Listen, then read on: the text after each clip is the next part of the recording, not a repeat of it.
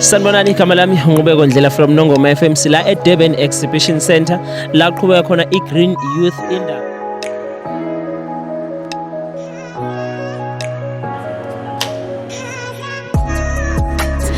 Tell us more about Coca-Cola. Why did you decide to sponsor such an event, and how long have you been sponsoring it? Yeah, so as Coca-Cola, obviously we're a global company and sustainability is at the core of our operation.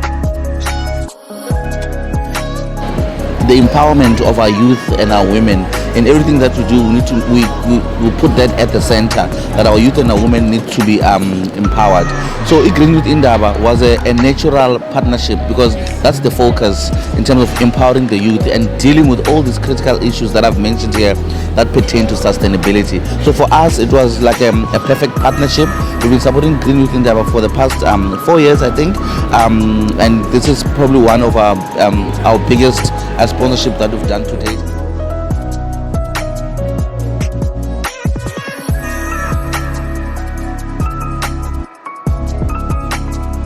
Igama lami uNonkululeko Makhanya, hamba nozakwethu lana siphuma eSidelile High School njengoba sise exhibition center besithole i-invite esikoleni sethu ukuthi simenyiwe kwi-Green Youth Indaba ukuthi sizothola i-knowledge about ama-fields ahlukahlukene.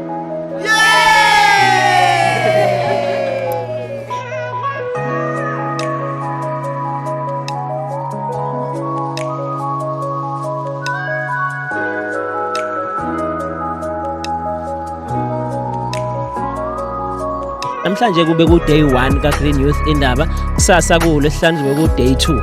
Lapha ke sibona izinto eziningi okukhulunywa ngazo, kukhulunywa kakhulukazi izinto ezithintana nokuguquka kwesimo sezulu, amathuba emisebenzi intsha engakwazi ukwathola, kukhulunywa nango waste, ukuthi waste ungayenza kanjani impilo ngokuthi uqoqa udoti ukwazi ukushintsha idoti uwenze imali. Kuningi ke sikufundile. Siyathemba ukuthi ke nabantwana ade bekhona izikole zikhona la ziningi, sithemba ukuthi bafundele ikhulu and yonke into abayitholela ekhaya bazokwazi ukuthi bayithathe bayisebenzise ukuze bashintshe impilo zabo. #GYI 2024